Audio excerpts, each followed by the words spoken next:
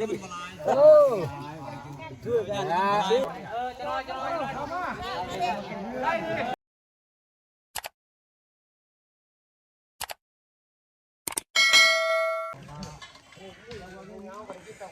ทุกคนกราบทักทายสบายดีและสวัสดีเบิร์ดสกูลคนมินิกะมาเลี้ยงบาทนะทุกคนถือว่าคนก็ไล่ถือไปเบิร์ดบาทแล้วเนาะจะเห็นอะไรแต่ว่านี่โอ้เบิร์ดนั่นนี่เราเพิ่นยืนให้จะแนวแบบใสๆได้เพิ่นเห็ดนี่ฮะโอ้เรานี่ ปากได้สบายดีได้เรียกดีปากนี่มาบ้านกันมื้อนี้ถือว่ามื้อนี้ยังเลยเนาะอันเลี้ยงบ้านมื้อนี้เนาะเบิดเฒ่าแก่เนี่ยโหมันก็จะตั้งบ้านน้องเฒ่าเขาเพิ่งเฮาฮอดเดือน5พา6ได้นี่เดือน6เลยอยู่ดีมีแห้งเบิดบ้านเมืองลูกหลานบ้านเฮามีความสมานสามัคคีโอ้ทั่วหน้าปีนี้ก็ถือว่าบ่แตกต่างกับแต่ละปีเนาะถือว่าเฮาตามหีบตามคล้องประเพณีที่เคยนับถือแต่ปู่แต่ย่าผ่านมามื้อนี้ถือว่ามื้อทันวันดีและครบถ้วนเบิดมีข้าวมีแกงเพื่อสืบทอดลูกหลานบ้านเฮาเนาะใช้เครื่องจอกให้จังหวะถ้าถึงบ่ได้แล้วอันนี้ก็เป็นเหล่าเนาะกองที่เขามาอันนั้นมาเลี้ยงบาทนะทุกคน มาเบิ่งหม้อต้มไก่ก่อนทุกคนโอ้หล่นทีมั้งโอ้ต้มเลยจักจุนี่มาจักจุเลยนี่อยู่หม้อตัวนี้ฮะโอ้ก็เพิ่นบ่ฮู้อีได้ขนาดจุตัวเองเนี่ยยังบ่จักออร์แกนิซี่เนาะโอ้อาจจะรอเพิ่นมาได้ขึ้นผู้บ่ขึ้นผู้เลยกินดอกไปไก่บ่โอ้ยซุ่มเขาเด้เบิ่งหม้อใหญ่ตัวนี้ก็ใหญ่เสือมันคือมางานเอาได้เสร็จเดี๋ยวสิแกะเสร็จดอก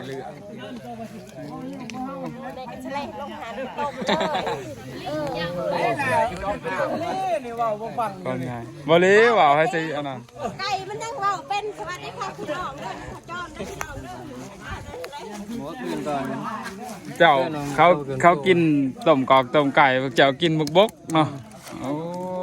ถึกเอาเพิ่นแล้วนี่แต่ละกายไปถึกเอาเลยได้บกนี่ในผ่านเท่านี่กินบกเฮ็ดสุพมใหม่แล้วเนาะเดี๋ยวนี้สุพมตอนประมา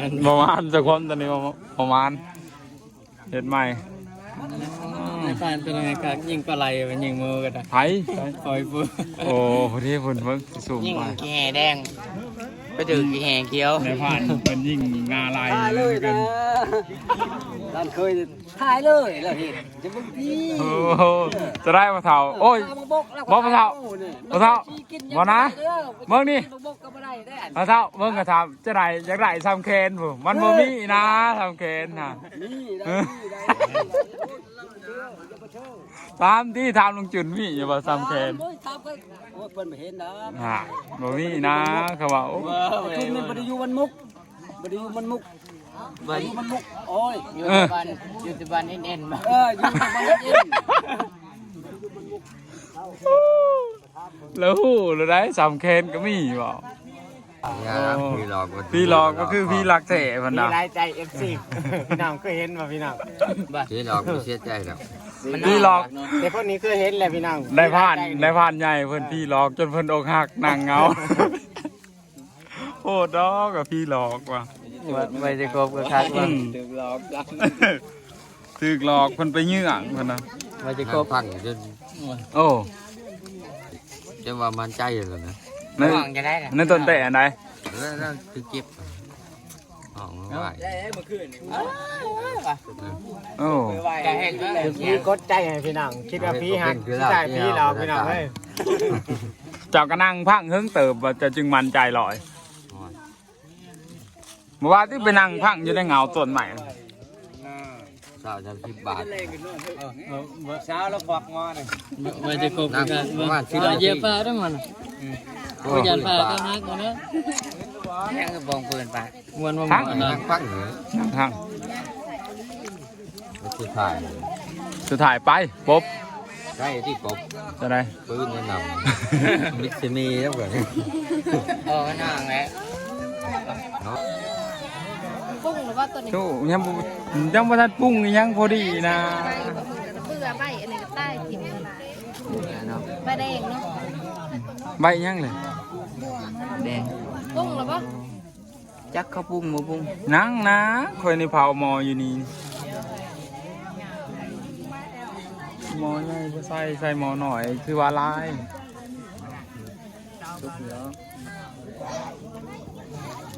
ซุ้มไผ่ขึ้นบาน บวง บวงซิมเบิ่งคันว่า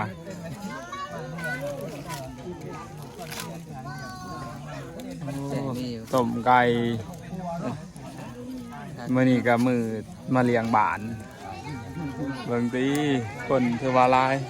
เบิดบานมาจังนี่เบิดบานประมาณอยู่30คน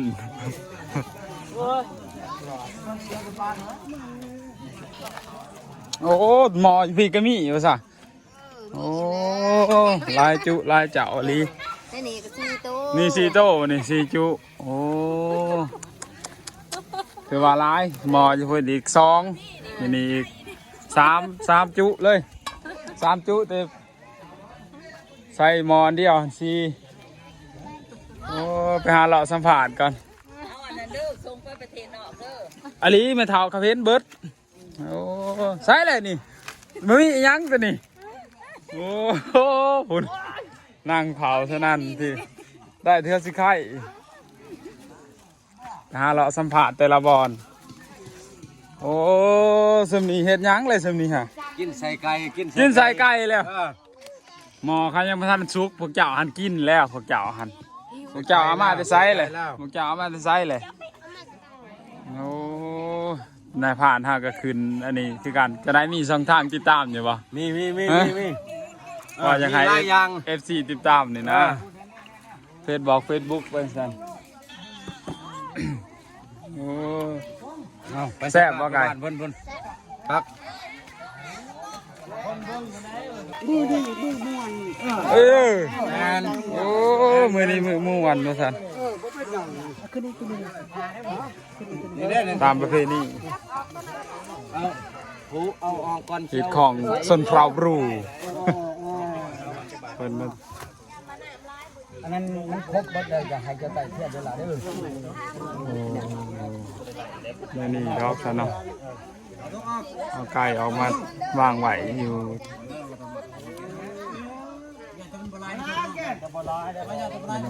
คนถึงนาทีคนจำไม่ได้ เอาเด้อวันนั้นเด้อของใครของมันไม่ของไม่เทียบนายคนก็รู้เลยก็ดิชื่อกันชื่อยูรานเกตครับเลยเจ้าจะว่าเนาะโอ้ยจ้าบุ้งจ้าจ้าลึงบุกเกตจ้าลึง ไก่นี่ก็ลายลีเลยทุกคนไก่ลายลีเลย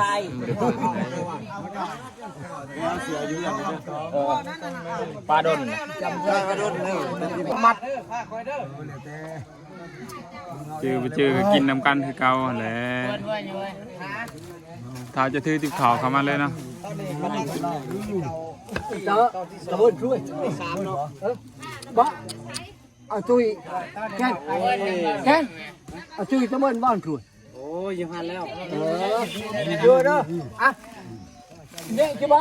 เอาแยะขั้นตอนจำเลยทุกคนเพิ่นสิมาทำบ้าน บ่บ่ไก่บ่หมดแล้วนะหันนี่ไปเยอะแกมวกจำมวกก่อน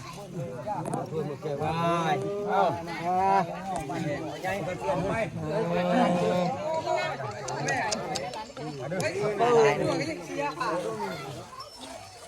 ข้าวสารนี่เอาด้วยเว้ยได้ล่ะข้าวสารก่อนยัง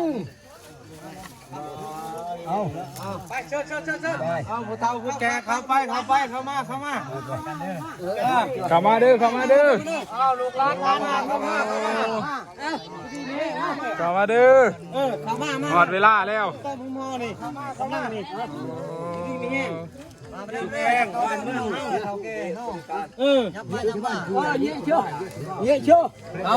อาได้ดอกเชื่อ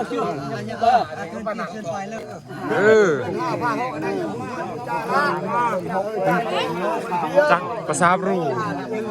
ชนเผ่าบรูเลยทุกคนเลยเป็นเบาภาษาบรูเลยชนเผ่าบรูทุกคนมันนี่ก็เป็นมือเขาเลี้ยงบ้านเนาะทุกคนเดือน6เลยก็เลี้ยงบ้านคนผ่าดีกินแห้งขอบความคั่วอย่างรวมเลยรวมใจเลย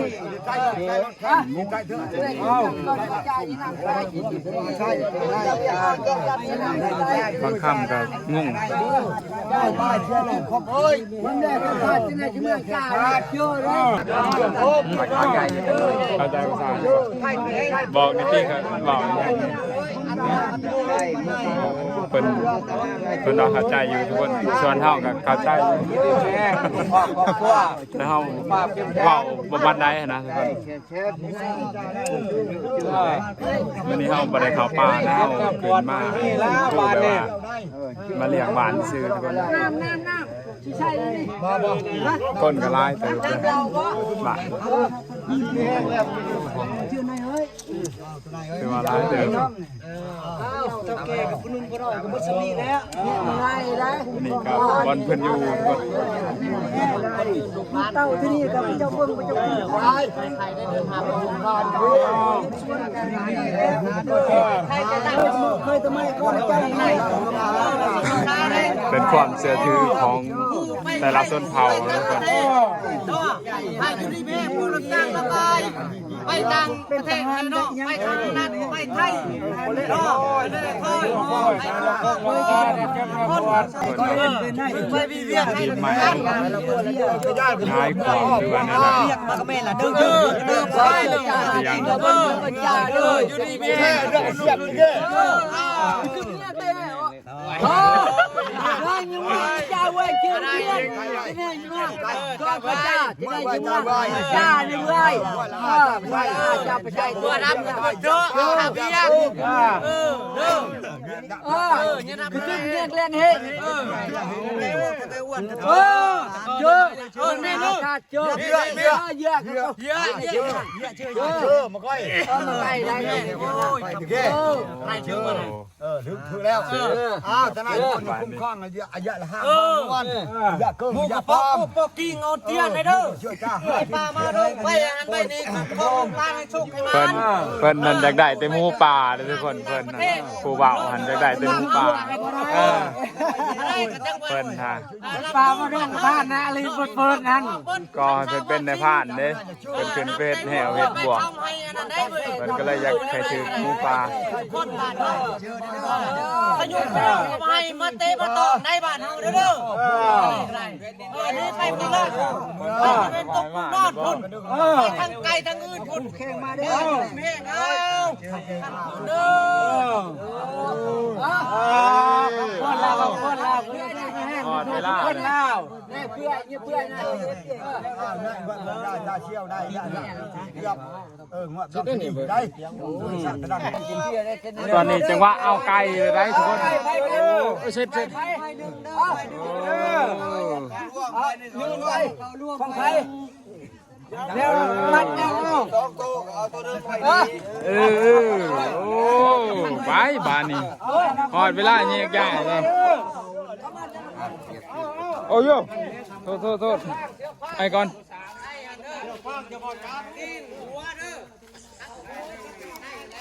จะไรคือบัวขาวไปน้ำนี่บัวขาวไปน้ำอีก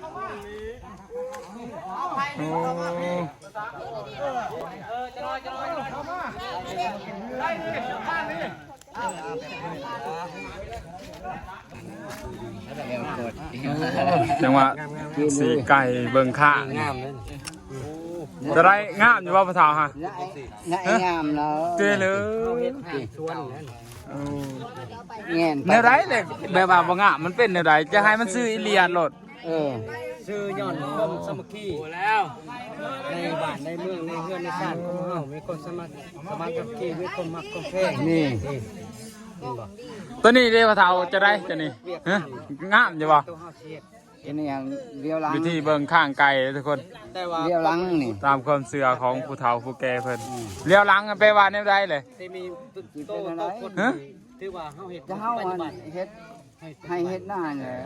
โอ้ เดี๋ยวหลัง นี่เลี้ยวหลัง นี่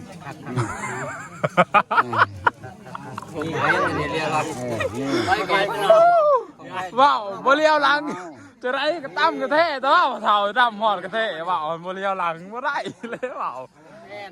โอ้จะได้บ่เฒ่าแก่นเจ้าอันนั้นเบิ่งหั่น โอ้เลี้ยวหลังเนาะ เลี้ยวหลังอีกแล้วเอาแล้วบ่ว่าที่ดำโอ้อันผู้เฒ่าว่าเลี้ยวตอนดำหน้าห้อยก็เลี้ยวแล้วตั้มกระเทะเด้บ่เลี้ยว อันนี้มันยุ่งยากกันนี่ ความยุ่งยากอีกเลย บ่แม่นมันสับสน โอ้แน่นอนมาสันตัวนี้ก็ คุณ ยัง ทั้งนั้นคุณทั้งครอบครัวฝ่ายหญิงครับ โอ้ตัวนี้ยังทันเบิ่งนั่น นี่ ยังทันเบิ่งได้นี่ ทั้งพ่อทั้งแม่ทั้งนี่คือที่นี่แหละเอามานะนี่เดี๋ยวหลัง โอ้ เดี๋ยวหลังที่ว่าเจ้าบ่อยู่ดีมีแฮงทั้งอัน อืม ครัว ตัวนี้เด้เดี๋ยวนี่เล็กของเจ้านี่เละคอยอันนี้ชื่อ อันนี้ของ ไป นางจีน หาสัมผัสเบิ่งแต่ละจุเนาะทุกคน เป็นสิ แม่ โอ้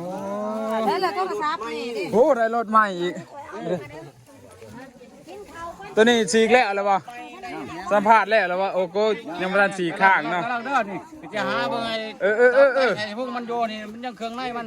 บอสสิมาถามข้างแข้งอะนะ เดี๋ยวมันข้างมันก็กลัวคนไปหายเจ้าภาพมันเบิ่ง โอ้เจ้าเบิ่งบ่เป็น ไล่ไปมาพี่ เบิ่งบ่เป็นเนาะ มาพี่บ่เป็น โอ้ถือว่าจุนี่แล้วอะไรได้สีกแล้วอะไรไปหาเราสัมผัสแต่ละจุตอนเขาสีไปเบิ่งตัวเขาเฮ็ดกินเนาะทุกคนโอ้ เฮียเขาแหละ วันนี้เนาะเฮ็ดกินเนาะอย่างนี้เนาะสีก เดี๋ยวอันนั้นทายลายมือจะนะคะจะมาขี้เดียด โอ้ยมือฉันนี่ก็สิว่า ว่าเนาะสกปรกจะเขาจะมาจักยวมอีหยัง โอ้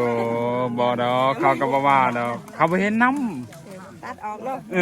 ตัดออกแล้วบ่ใส่มืออลีและสีกเอาซะเบิ่งดิ ยอมรับยอมรับก็ใส่มือบ่ได้กิน คันบ่ใส่มือก็บ่ได้กินอลีแหละนี่บอลแผนกไม่ครัวเด้อทุกคนแผนกไม่ครัวเพิ่นเฮ็ดกิน เขามาเลยเลี้ยง ไปเดี๋ยวเราไปสัมภาษณ์พุ่นแหละอยู่ไหนอีกอายังปะเท่า กินห่อร้านเคยนี่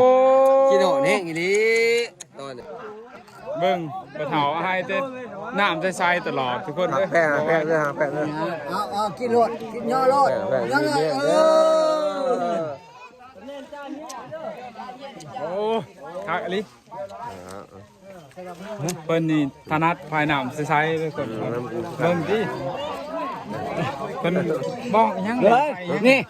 พบดิบ ยาดี มี ขี้ย่อได้เลยย่อ โอ้ จับ โหปะเท่าเพิ่นนี่เต็มที่เลย ห่วงพ่อแม่ว่าไง ข้างกายเจ้าปะ ทั้งนี้เป็นปิดของพ่อชื่อ เออ ทั้งนี้มันเป็นลูกยังห่วงพ่อแม่กันว่าต้องหันเขาเอา แม่นแล้ว จักกัน คือจะหาเงินกระดูกเนาะ ขายหน้า วันนี้ก็ขายหน้าเลยว่ะจะได้ขาย ถือว่างามเนาะ ถือว่าดีแล้ว จะคนนี้เนาะมันนี่ใกล้เจ็บผัวได้แหละ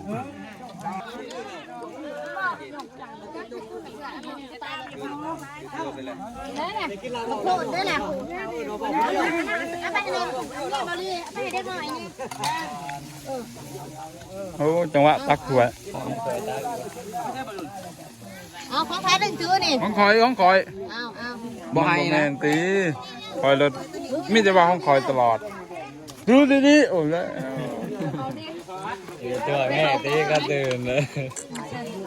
เอ้ย เบื่อแน่พูดในสวนอยู่เลยเอาใครเลยนี่ ฮานา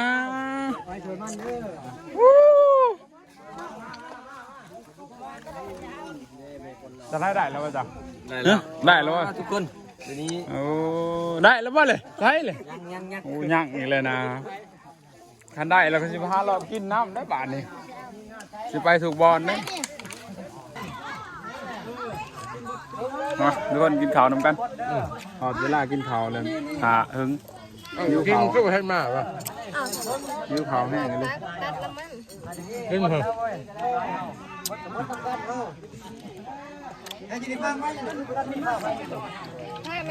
ไอ้ก็ปากในตีเหรอ กินนะพี่น้องเอ้ยมื้อนี้ก็กินนะมันนี่ต้มไก่ออกเจ้าผู้ต้าเพิ่นอยู่ดีไม่แห้งสุขภาพเข้มแข็งแต่ละครอบครัว โอ้ เอา เป็นข้าเบียกเป็นปลูกมั่นบ่ได้ผ้าขึ้นผู้หลายจุนี่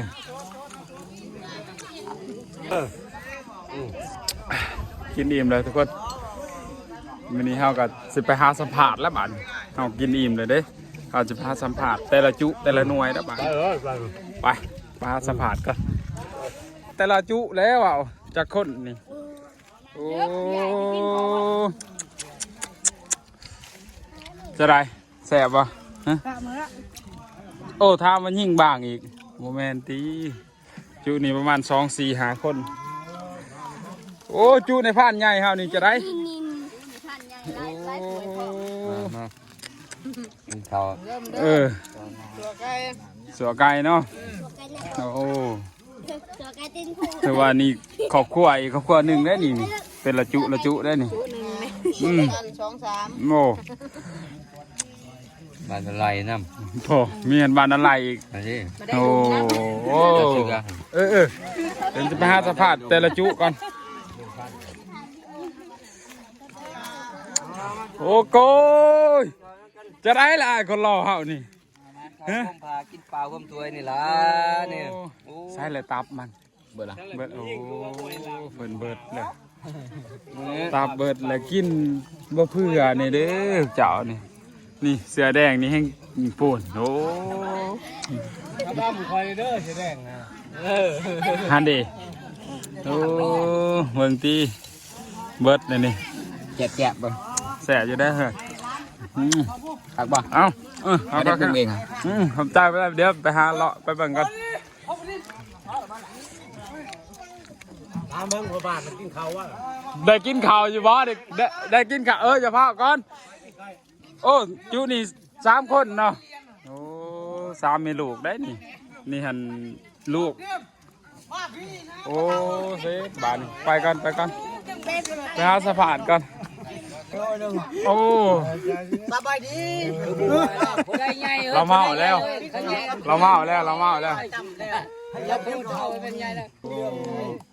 จะได้แสบจะปะผักจะได้ นี่ว่าครบถ้วนแล้วในมื้อนี้เนาะกฎหมาย หาเราสัมผัสแต่ละบอนได้ไปเบิ่งได้คอยมาหาเราเบิ่งแต่ละจุก่อนโอ้ในผ่านเพิ่นนี่จะได้ ในบ้านบ่ไปตานี่ เพิ่นยิงหมูบ่ได้เพิ่นมาหาเรากินไก่หวานนี่เสือไก่แซ่บ การนาบ่มีพลาด ๆนี่แต่ว่าบ่มีผาดตลอด ติดตามตลอด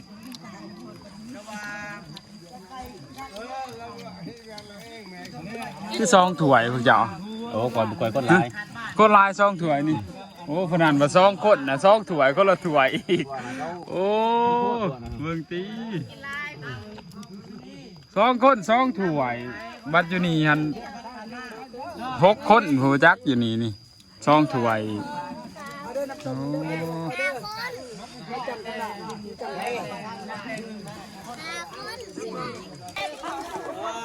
อันนี้ก็เก็บเครื่องของสิมื้อแล้วได้บาทนี่เก็บเครื่องของกลับบ้านบัดนี้ฮอดเวลาเก็บเลย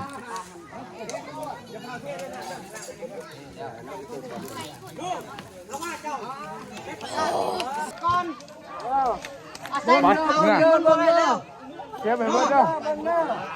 เอาไปมันได้บดรถไถ จะได้กระติบข่าวไผโอ้ยเสื่องกระติบข่าวกันไหวบ่มีข่าวกินก็มีผู้ไรแหละเสื่องนี่ เบิ่งไหมทุกคนเสื่องติ๊บข่าวก็มีฮะโอ้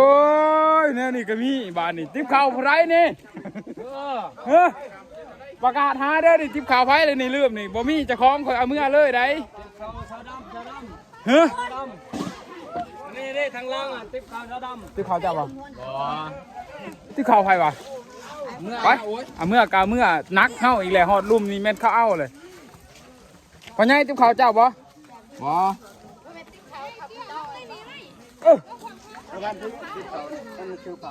ติ๊บข่าวไผเลยเฮาปะนี่นี่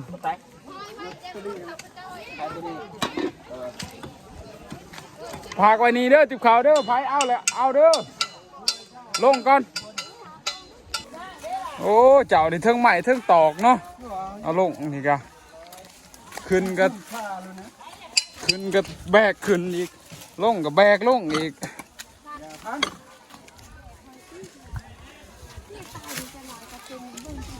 ไปจะมาบังได้มีแล้วเลยพูดนะที่บ้านไปลง ตาเป็นกูใครกลัวแล้วเอายังพอดี โอ้ลงหอดรถเลยทุกคนหอดรถเลยหอดรถแล้ววงเถิงคล้องเขาโอ้รถประมาณ4 คัน5 คัน6 คันรถไฟ